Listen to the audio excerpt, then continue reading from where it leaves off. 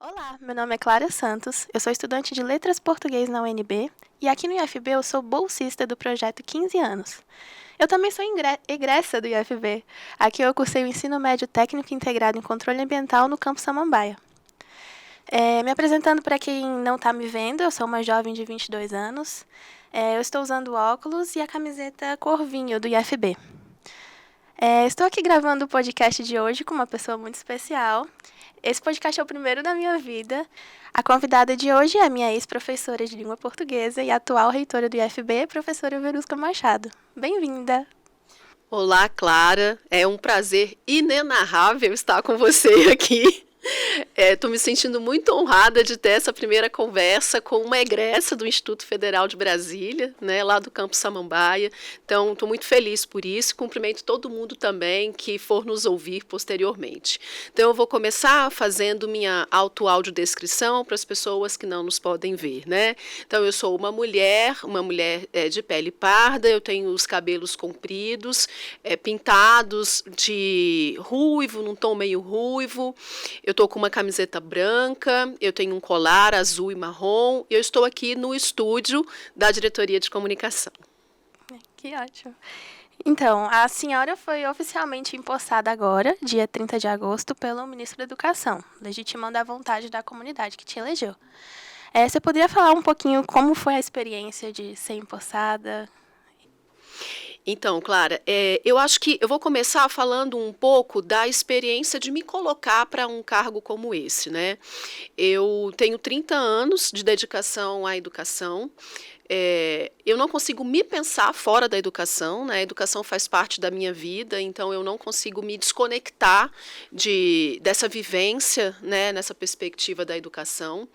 E quando eu me coloco muito pensando em toda essa trajetória, e em como eu poderia contribuir com uma instituição pela qual eu tenho muito apreço, e cuja missão para mim é muito cara, que é a transformação de vidas voltadas principalmente para as pessoas mais vulneráveis. Então, eu me coloco também no momento em que eu estou mais na etapa final, né, da minha carreira, e me coloco muito nessa perspectiva de me entregar mesmo para isso que eu sempre vivi, que é a educação. A construção do projeto foi algo assim muito interessante, porque foi uma oportunidade que eu tive de, juntamente com colegas, pensar em possibilidades para essa instituição, ouvindo estudantes, ouvindo servidores técnicos, servidores professores, servidoras. Então, assim, todo o processo de construção, o processo de escuta da campanha foi muito importante. Eu queria destacar que a rede federal, as instituições que pertencem à rede federal, os institutos federais, eles têm um benefício se a gente for comparar com as universidades federais, porque nas universidades federais a gente tem a lista tríplice. Então, no momento em que essa lista segue, pode ser que a vontade da comunidade não seja atendida e que a primeira pessoa que ficou na lista acabe não sendo realmente aquela que vá fazer a gestão da instituição. Os institutos federais não, a gente não tem a lista tríplice, né? Então, aquele ou aquela mais votado é a pessoa que vai assumir a gestão da instituição. Então, isso é muito importante porque é a vontade da comunidade e eu acho que todo processo democrático precisa ser valorizado e ele precisa ser perseguido e trabalhado continuamente, porque a democracia é um fio muito tênue. Realmente. O tema do podcast de hoje ele é Educação em Pauta, que foi o tema da sua campanha. A senhora e o seu grupo, como foi para elaborar os planos e o pensamento que vai... O plano que vai seguir nos próximos 4 anos da instituição? Então, Clara, como eu sou alguém aí que vive a educação, né? A gente sempre fala que o planejamento... E você está fazendo licenciatura, né, na UNB? Eu estou fazendo bacharel. Não, mas você vai fazer a licenciatura também, né? Mas eu também sou bacharela, tá? Também sou bacharela em letras. Acaba que a gente faz as duas. Mas então, Clara, é um processo, né? Eu ia falar dessa questão de quem vive a educação, mas porque você vai entrar na licenciatura. O planejamento na educação, ele é contínuo. A gente fala muito da essencialidade de se planejar, mas também da consciência de que existe uma flexibilidade nesse planejamento. Porque você trabalha com pessoas, né? E quando você trabalha com pessoas, é necessário que você tenha essa percepção das necessidades de flexibilidade, né? Então, como é que foi? A gente definiu algumas diretrizes, né? A gente fez, por exemplo, um manifesto, o Manifesto da Educação em Pauta, e esse manifesto, ele trazia pontos que colocavam sempre uma preocupação com o ser humano em todo esse processo educacional, né? Então, como é que a gente pode valorizar o ser humano em todo esse processo, dentro da instituição, como é que a gente pode reforçar as bases de uma formação humana e integral, e como é que a gente pode intensificar a perspectiva democrática de diálogo, de escuta, de construção coletiva, e uma construção coletiva que acontece também a partir do dissenso. Então, a gente não tem que concordar em tudo. A gente precisa, na verdade, discutir. Pontos de vista diferenciados são importantes, por quê? Porque é a partir desses dissensos que a gente constrói consensos possíveis, que é uma fala muito do nosso colega Adilson, para que a gente possa avançar na instituição, né? Então, foi essa perspectiva de construção inicial, né? A gente fez alguns encontros coletivos, a gente fazia chamadas pelas redes sociais e, posteriormente, as escutas que foram feitas durante a campanha foram agregadas à proposta que a gente acabou desenhando para o primeiro semestre, principalmente, né? Essa é uma proposta que vai ser divulgada para a comunidade, para que as pessoas possam enxergar, né, aquilo que foi trazido durante, principalmente, a campanha. Sim. É muito importante. Eu também na faculdade tendo mais a área das humanidades, sociolinguística e tudo, então eu entendo bastante. Sociolinguística é a base do meu doutorado também. Olha só, temos muito em comum. Então, a senhora começou o seu discurso de posse no MEC saudando seus ancestrais. O IFB está completando 15 anos agora e a senhora tem mais de 10 como servidora. A gente gostaria de conversar um pouquinho sobre o que você considera importante. Por que você considera importante destacar esse respeito aos ancestrais e o respeito aos que auxiliaram a sua história até aqui?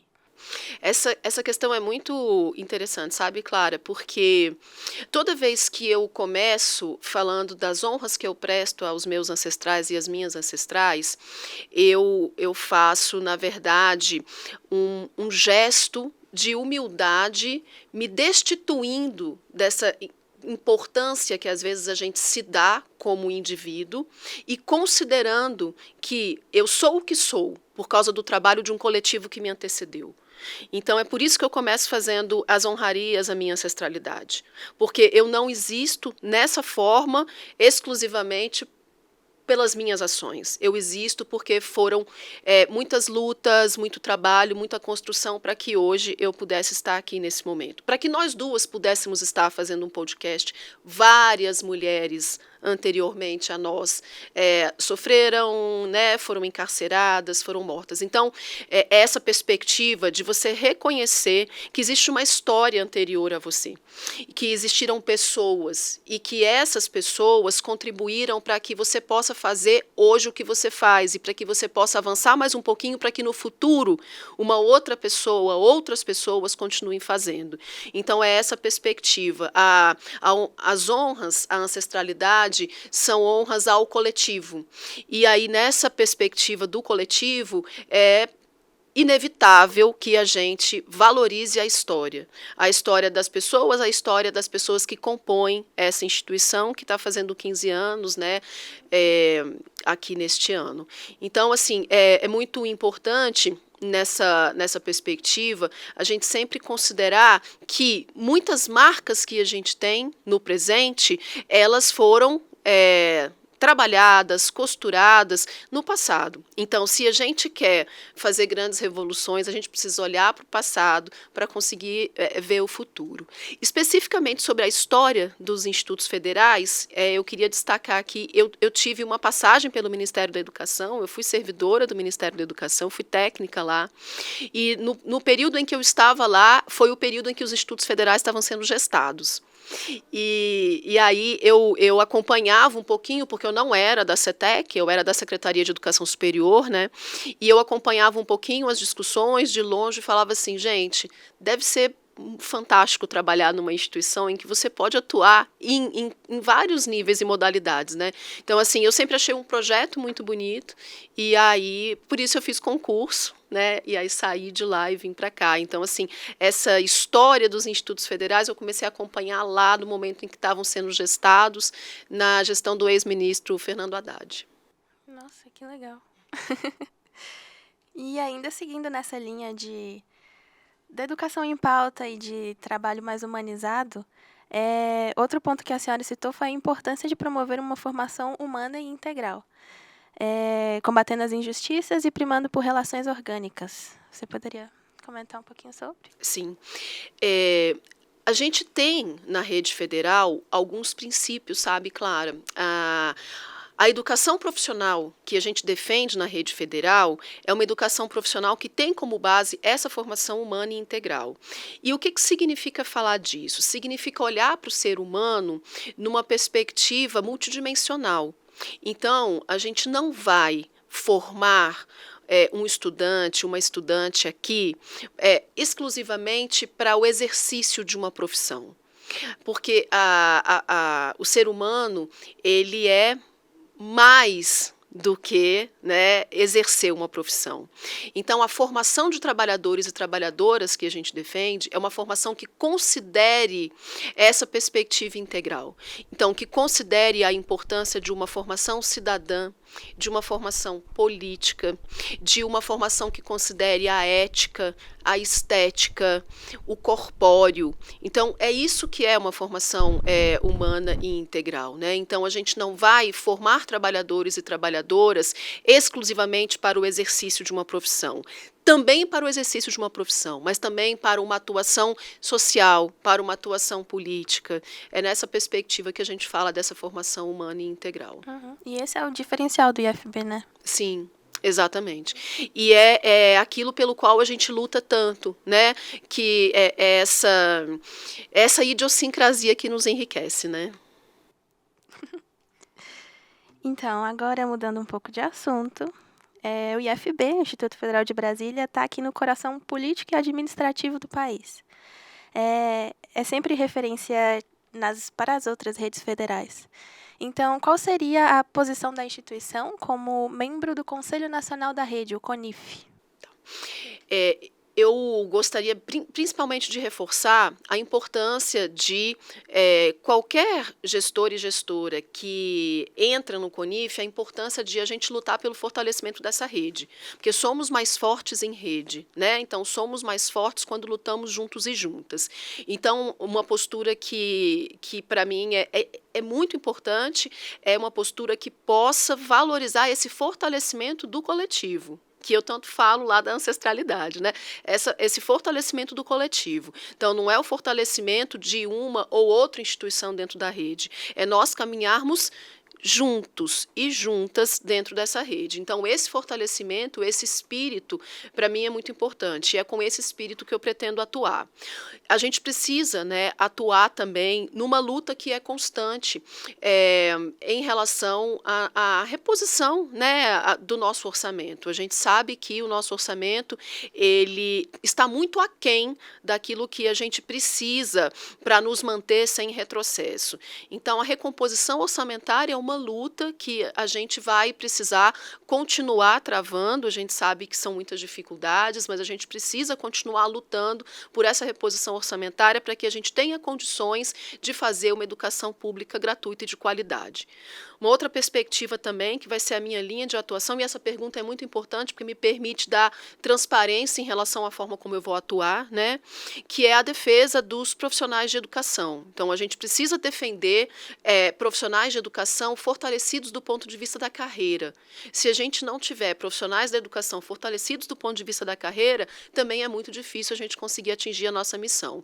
Então, nós temos, por exemplo, a carreira do PCCETAI muito muito fragilizada, isso precisa ser revisto, porque, de alguma forma, a gente tem impactos muito negativos para a instituição no momento em que essa carreira também não é revista, né? Então, assim, uma bandeira muito importante é essa valorização de todos os profissionais da educação, a valorização da docência, né? A gente precisa valorizar a docência nesse país, existe um número cada vez menor de pessoas que se interessam por fazer licenciatura, por isso também eu te fiz essa provocação, e a defesa incansável de uma rede que possa combater todo tipo de preconceito. Então, a perspectiva dos direitos humanos, ela precisa estar o tempo todo orientando as nossas ações. Então, a gente precisa pensar nos nossos estudantes a partir dessas perspectivas de combate a todas as opressões. Porque se a gente fala de permanência, a gente precisa entender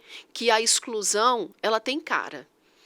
E é essa cara que a gente precisa compreender para poder lutar contra essa exclusão.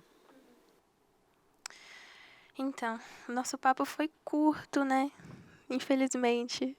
A gente agradece muito o momento que você teve para falar com a gente aqui.